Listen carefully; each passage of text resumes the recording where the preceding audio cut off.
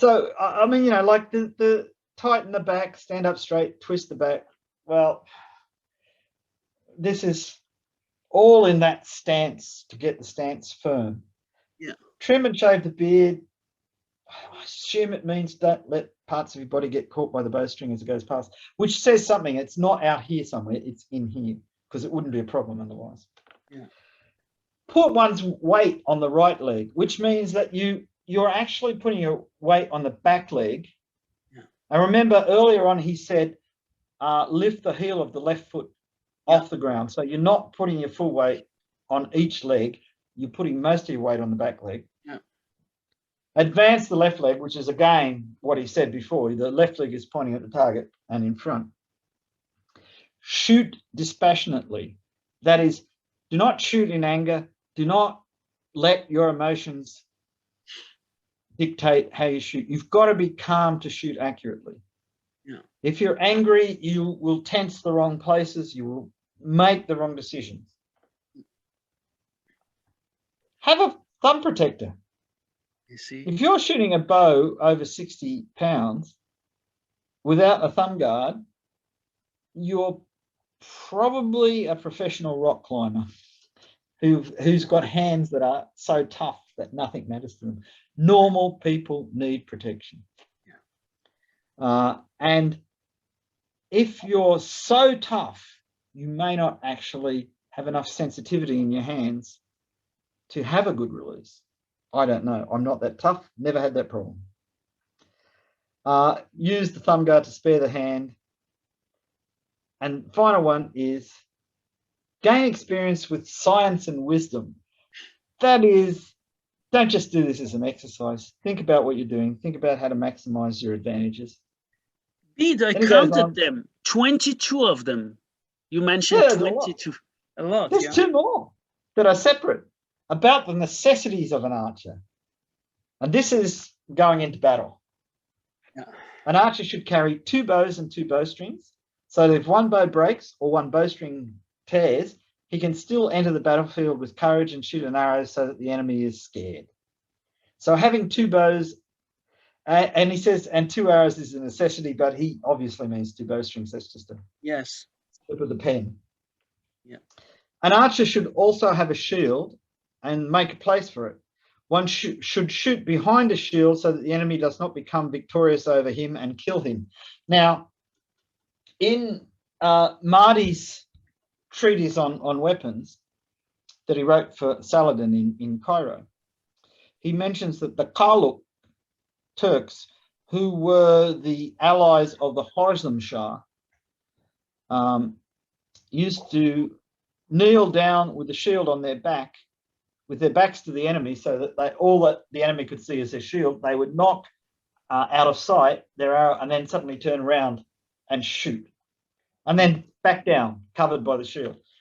There are paintings of people holding the shield with an edge grip on the shield and the bow in the same hand, and shooting and then covering and shooting and then covering.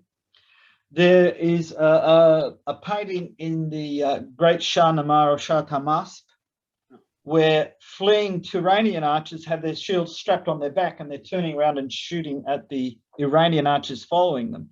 So obviously if your shield is on your back and you're retreating, then you've got the protection of the back of your armor and your shield. But you're still able to turn around and shoot. Yeah. So this is quite logical. Yeah. Obviously, foot soldiers' shields are more important because they can't move out of the way as quickly. Yeah. And often they have to hold rigid lines. Yeah. So there'd be different types of shields used. There would be your standard circular shield about between 0.5 meter and 60 centimeters in diameter.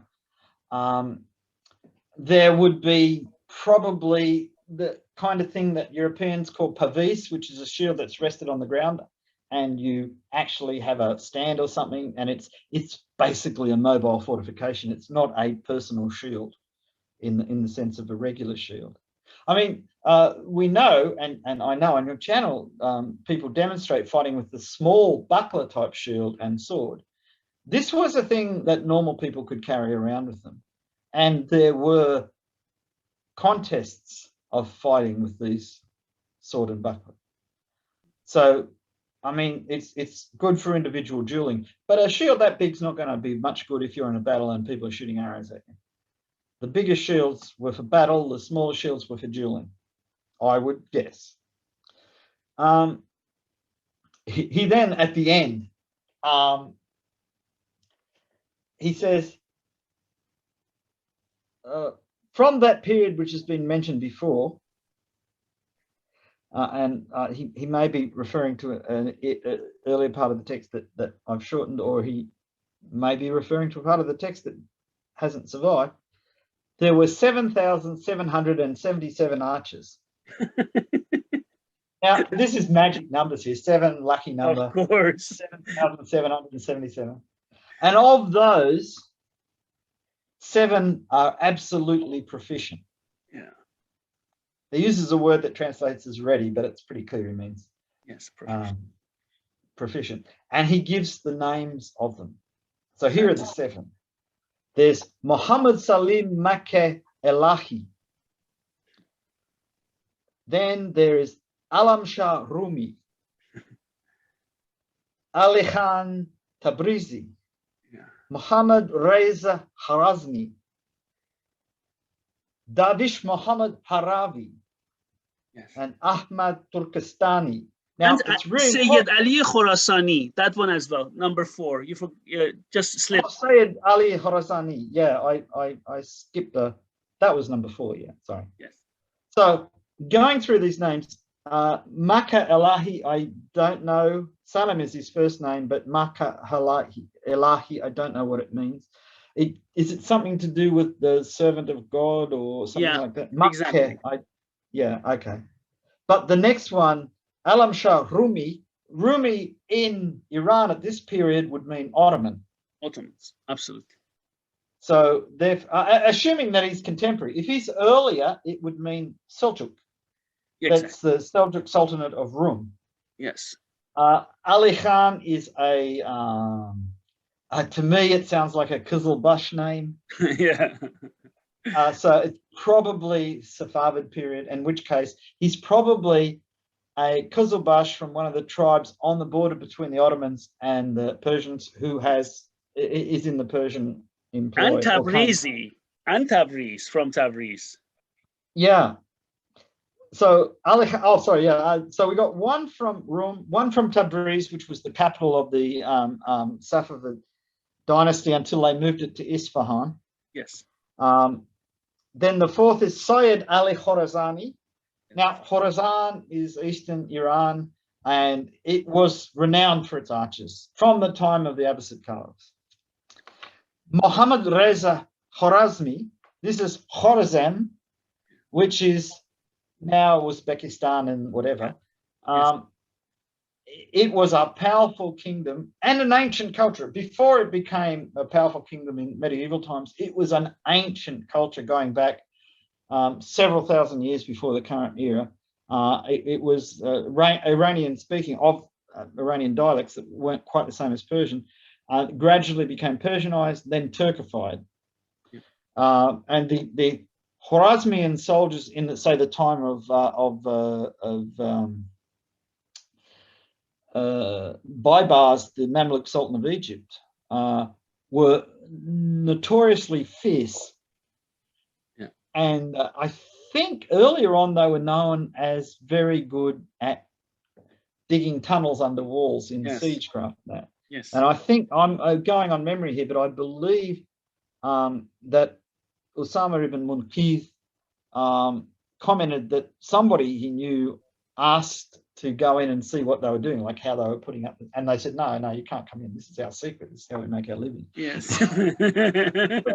but very professional soldiers.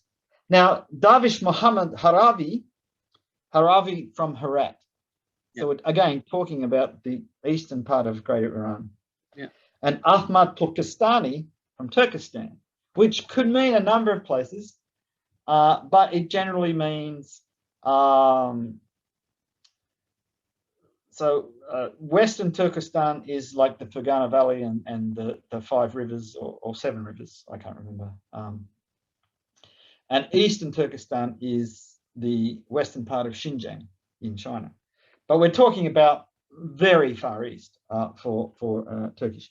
Now, the names like Muhammad is a good Muslim name. Muhammad Salim, yeah, good Muslim name. Alam Shah, King of the World, something like that. Yeah, that's right. And Mecca, you know, Mecca could also refer to Mecca in today's. Oh, so yeah, yeah. It could. So it may mean that he originated in Mecca. Yeah. Or yeah. that he had an association with Mecca. Maybe he made a big donation there at some stage. Yeah. Tabrizi. Well, Tabriz was in the center of a very complex area of Turkmen tribes and Arab Ghazis and Iranian tribes and Kurdish tribes. It was a area where you could get lots of traditions of archery going. Yeah. Again, Sayyid Ali, Sayyid is a descendant of the Prophet. Yeah. Ali is a name that would be popular in Shia Iran, but it's popular outside too. I mean, yes. Ali was highly regarded by Sunni Muslims as well. So it's not, you can't just say because somebody's called Ali that he's Sunni or Shia. That would be silly. Of course.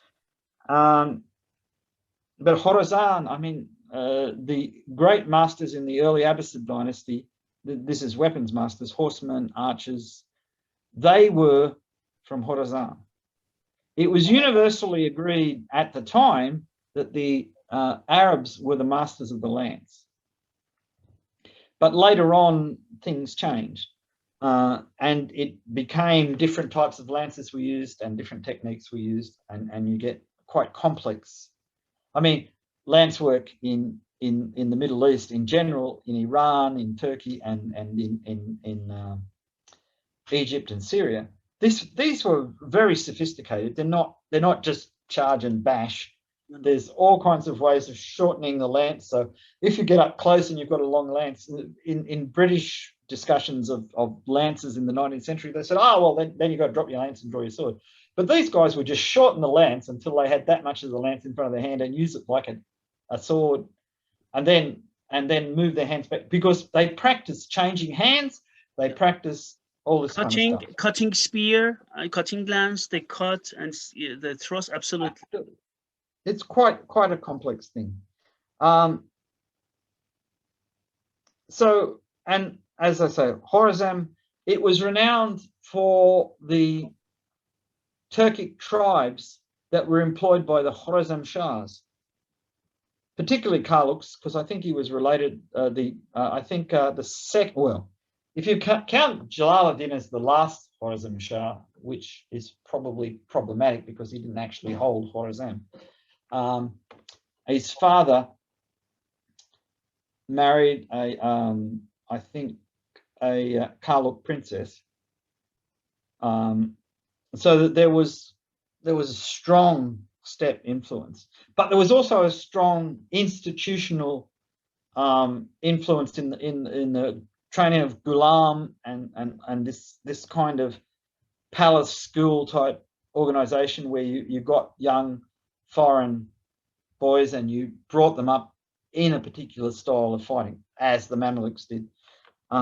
This was all over the place because it was just the big problem of being a sultan or a ruler of any kind in any of these areas was you couldn't trust your relatives. So you tried to set up an independent military that will back you under all circumstances. You know, today, relatives fight over inheritance. Back then, via lawyers. Back then, they did real fighting. Right? Yeah, by the sword. Yeah. So after giving a list of these 7 people, and I might add that I don't recognize any of them. It's interesting, yes. Yeah, there's not like Tahir al-Balkhi, who's mentioned earlier in the manuscript. People like that. Ishaq Raza. No, it's not these people. This is a whole group of specialists who eventually we will find in manuscripts being mentioned, and Yeah, what he was famous still for. a lot to work on. I'm sure one day you'll find something. Yeah. Yeah, of course. Yes. So then we get down to the end of this section, and he goes, old tales report that anyone who has bows and arrows at home, each day they add good deeds to his account equal to 5 times praying to God, while anyone who has the word of God, referring to the Holy Quran, in his home has good deeds equal to 1 prayer, because the infidels do not become Muslims with the word of God, but it is because of the fear of the bow and arrows the infidels become Muslims quickly, and God knows all. May I just add something? Beats two things. When I translated and then we annotated together, I didn't realize. Maybe we talked about it. Look, he says 5 times. Sunni tradition, not Shiite traditions of 3 times. Yeah, It's so interesting. that almost certainly he's quoting an earlier work before. Yeah, the you see that? Yeah, I mean, yeah, that's interesting. That's interesting. Yeah, another thing I wanted to mention. Remember, Pete, how many of these things we translated? Almost in all of them, the expression "God knows all" is always there. Now, please, I don't want to bash anyone. I was looking at the translation of a colleague on a sword classification, and look, he translated it, and one of our colleagues referred to this translation, God knows all, used it. This guy who talks about sword classification was not a master, expert on sword, although he was a Qurchi of the royal king. He was not a master because he keeps saying God knows all. Means he doesn't know it. He thinks, I don't know, God knows it.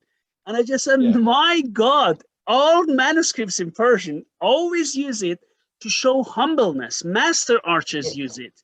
So and this guy is also master sword connoisseur and a man who knows what sword expert. As when he says God knows all, doesn't mean he doesn't know it. He just shows how humble he is, because God should know everything, not him. There's the translation that as Topçu does of the Kipchak version of Taibuka's archery manual, and almost every paragraph, or is it the Munyat? It could be his translation of the Kipchak version of a summary of a Resāle-ye manual. I'd have to look it up now. I think it's the Munyat. And it basically, every paragraph, when they're talking about something complicated, he says, only God knows what will happen. You see that exactly? Do this right, and you should be okay, but only God knows what will happen. Because you're right, it's showing humility. If you're the Greeks called it hubris. If you think that you know everything, you're setting yourself up for a fall. Yeah, absolutely. And there's no harm in a little bit of humility. And particularly, we're talking about things here, and it's the same with fighting with swords or spears or anything. Your life is on the line. Yeah.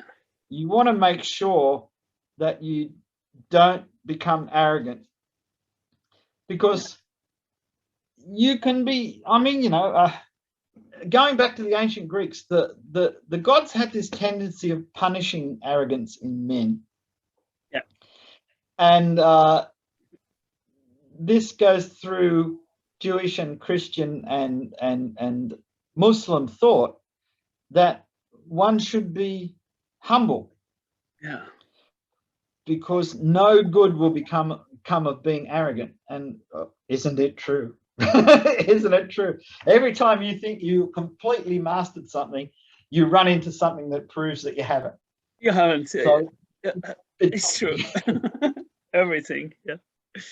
And then it says, each time the archer writes these names on a bow, his arrow will not miss his target. And there's a phrase here, and whether it is meant to be several separate words that you can write on the bow, or it's meant to be a whole phrase, it doesn't make sense in Arabic or Persian. It's Ya Safama Hajajab Ya Soraya Kayatial Sarva. Now, Soraya is a woman's name. Yeah. Hajajab. When I looked it up in Arabic, I got somewhat of a translation for the first bit, which was I'm just going to see if I've still got it on the screen here.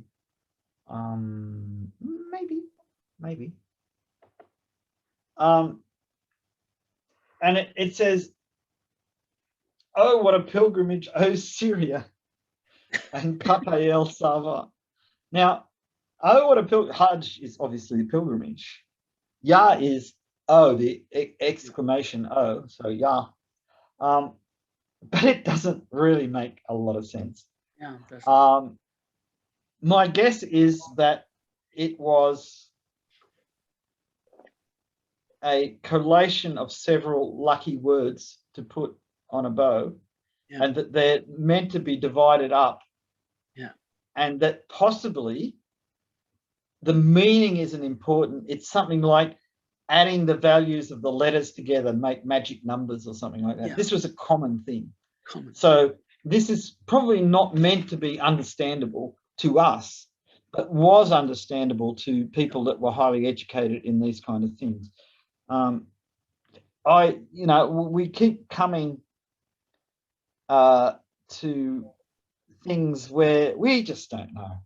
I mean, when you get inscriptions on swords, they're often pretty straightforward. They're bits of the Quran, yeah. Poems. Daggers often have poems, love poems on them about how it draws the blood of the beloved like a ruby or whatever.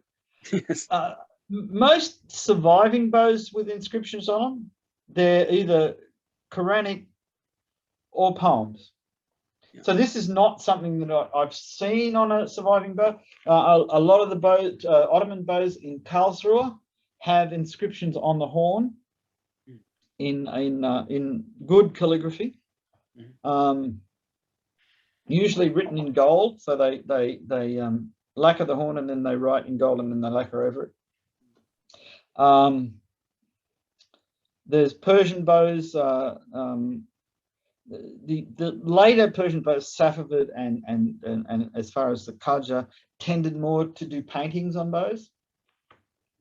I haven't seen that many bows that had inscriptions. There are bows with inscriptions on them. Some Sind bows or Chahakam bows have inscriptions on them. And there are certainly crab bows from India, Rajput and Mughal, that have inscriptions on them. And some of the manuscripts have references to the kinds of inscriptions you'd put on bows or arrows. Yeah. This one, I think he's just noted down some of the stuff and hasn't bothered to explain it because he didn't think only people who knew how to do it would really understand it. So it wasn't for the general archer. I don't know, but it's one of those little mysteries that somebody might find a bow. It's got one of these on it, and it might be properly pointed, and the words might actually read slightly different. Yeah, and that might suddenly make it all clear.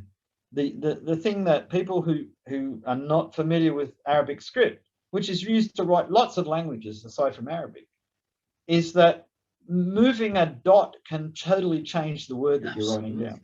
Absolutely. And there was a tendency for the people that were, say, making swords or bows not to be particularly literate. So they were given a piece of calligraphy to copy by a great calligrapher.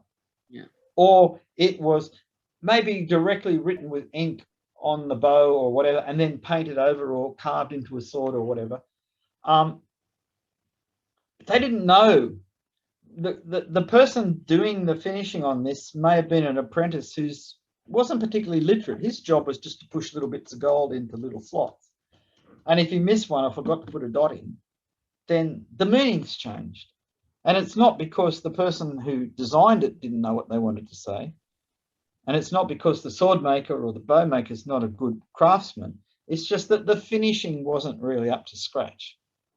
And you see this in paintings and lots of things. I think there's a recent article about they found some ancient Egyptian paintings, and you could see where they'd left work to be done by the apprentices, and then the masters had come back and they hadn't done it right and had to correct it.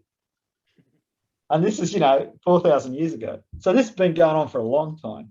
Yeah. We think in terms of an individual making something, but it was a workshop that made things. And there were multiple people working in there, and they had different grades and different responsibilities in terms of and what they did.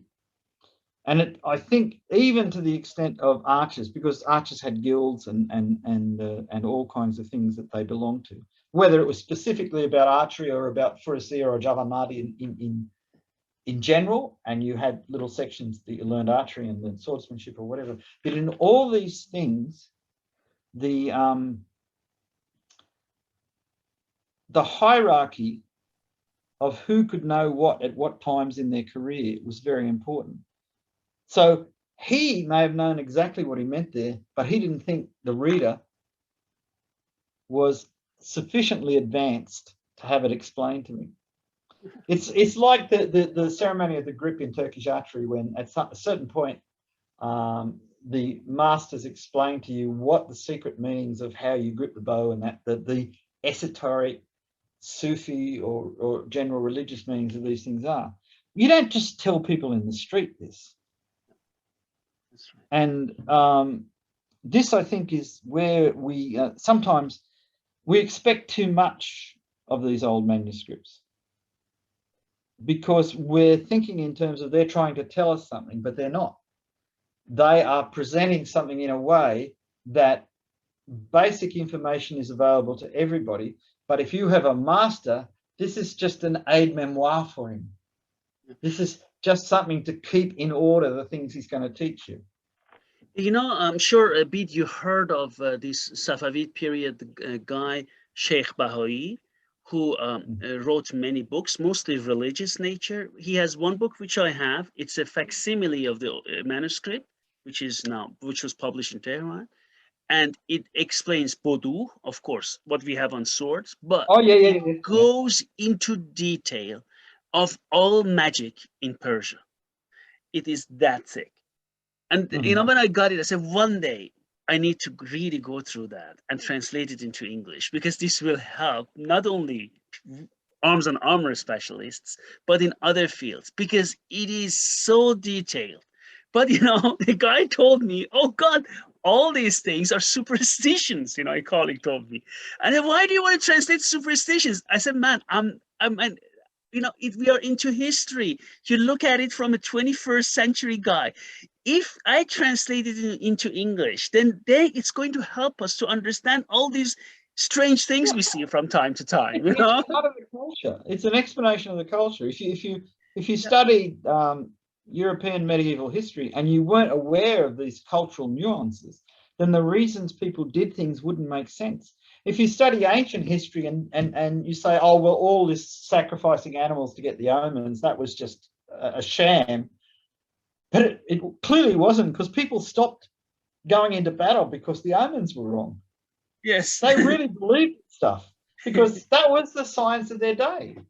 And, we know that the shape of the liver of a sheep isn't going to determine who wins a battle. Yeah, but from their point of view, that's probably just as good as anything else. Yeah, they were different. And, I mean, it's so tempting to judge people of the past by the attitudes of the present. Yeah. I'm not saying our scientific approach is wrong. What I'm saying is that in the past, people didn't think that way. Yeah, they didn't.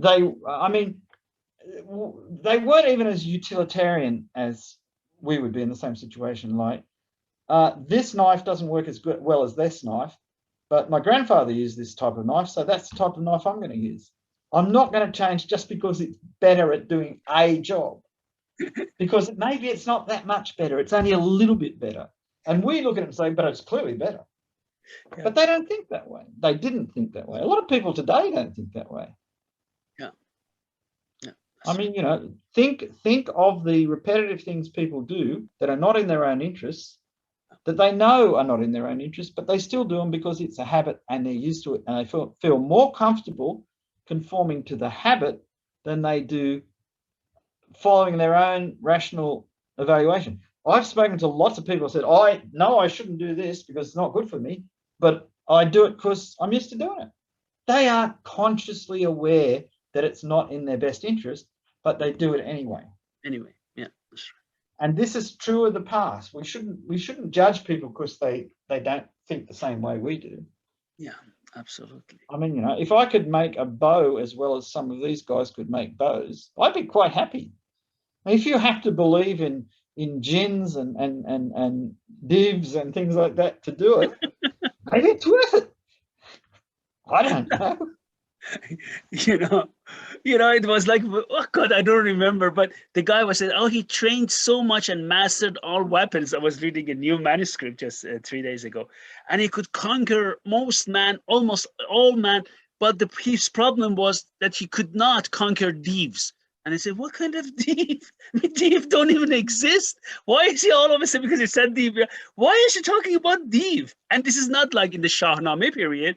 This is like 17th century. Why is he talking about thief? What kind of thief? You know, and then you start wondering, what is he talking about? You see, it's interesting to see these things. Yeah, right? And the thing is, at the same time, people in Europe believed in witches. Yeah, you're right. So you can't say, oh, they're very backward. No, they're not. They're just the same as well, in my case, my ancestors probably. Yeah, you're right. And people believe in good and bad luck. Yeah, they do. And if anybody that studied statistics knows how real that is, but they still do.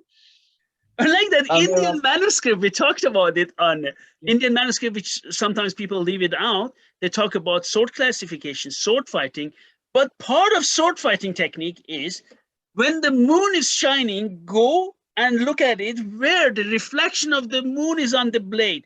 And accordingly, you can go to the battle or not. And this is part of the swordsmanship. Looking at the reflection. I mean, we need to translate it. Of course, we know it doesn't work that way. I mean, it doesn't help you in fighting, but still, it's part of it. We cannot just leave it out and say, oh, this is superstition. I'm not going to translate that. This doesn't work like that. I fully agree with you. You can't understand a culture unless you look at the whole culture. Yeah. I mean, the whole problem with bad scholarship is cherry picking and confirmation bias. Cherry picking because you pick the things you're interested in or agree with you. Confirmation bias when you already know the answer, so you look for the facts that fit it. Yeah. And this bedevils everything that we do. Nobody is immune to it. I mean, we all make mistakes. Yeah. The difference between somebody that's good at something and somebody that's bad at it is the person that's good at it learnt from their mistakes, and the person that's bad at it still making the same mistakes over and over again.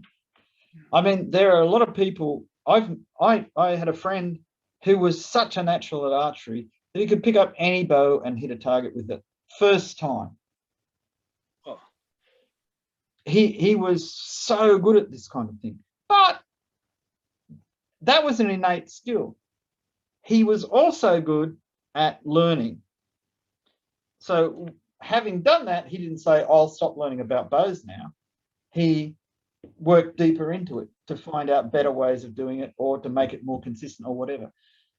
But there are people that, and you know, we shouldn't make fun of them, that are good at something naturally and then don't bother to get any better or find out why they're good at it.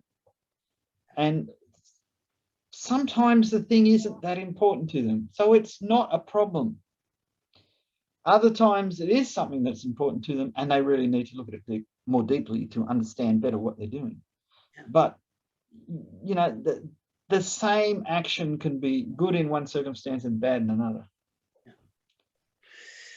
Well, thank you very much, Bede. It was lovely to talk about Qosnāmeh, Resāle-ye Qosnāmeh. Lovely one, right? Thank you very much. And I wish you... It really was interesting. Very. And hopefully we'll find out who these 7 masters are one day. Yeah, he mentions all those names, but he doesn't say who he is. That's really strange, you know?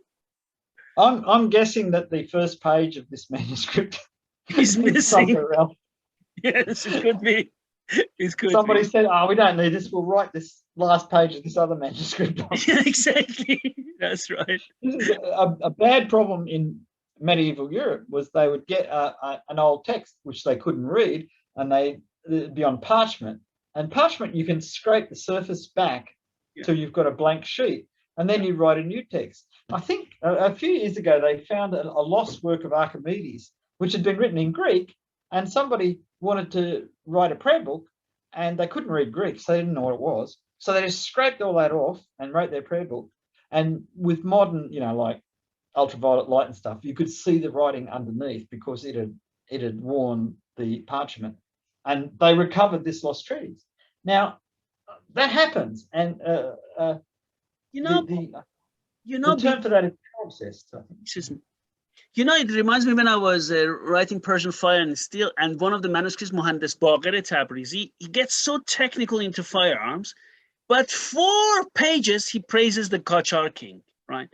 And I was translating it, and I said, "Oh God, it's so terrible," because he keeps telling all these adjectives, praising this guy, and then but I translated it, and then one of my readers wrote to me, "Man, why did you translate these pages? Leave them out. It's nothing to do with military." And I said, "No, it's part of the manuscript.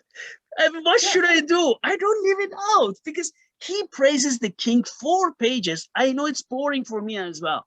Oh, the sun, and the moon and whatever. Back then what they did, you really know that, right?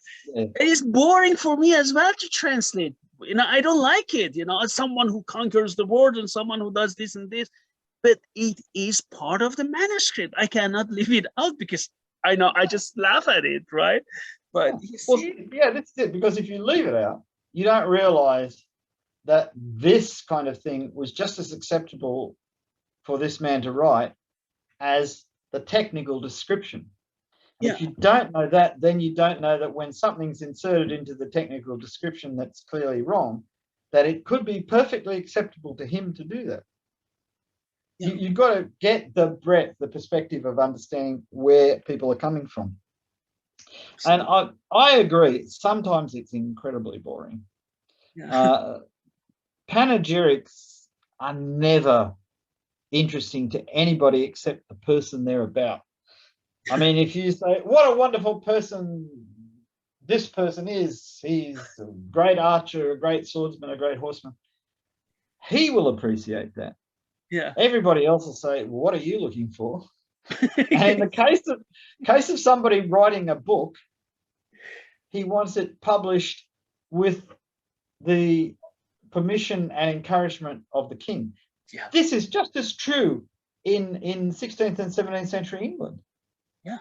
There's long dedications in fronts of books telling you how wonderful the current king is. It's like Procopius, who wrote the history of Justinian, the late Roman emperor, Byzantine emperor. He wrote all these wonderful histories telling you how wonderful the emperor was.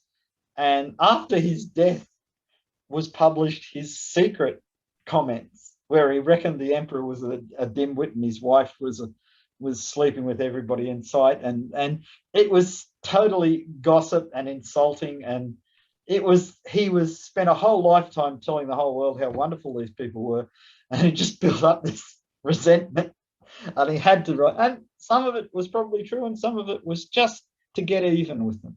Because when you're an ordinary person in a monarchy, where the monarch has huge amounts of power, then it's not safe to say what you think. Yeah, that's right. Thank you very much, Bede, for talking today. And so we will talk again about the rest of the manuscripts we did. And thank you very much. Have a nice day. It's a pleasure.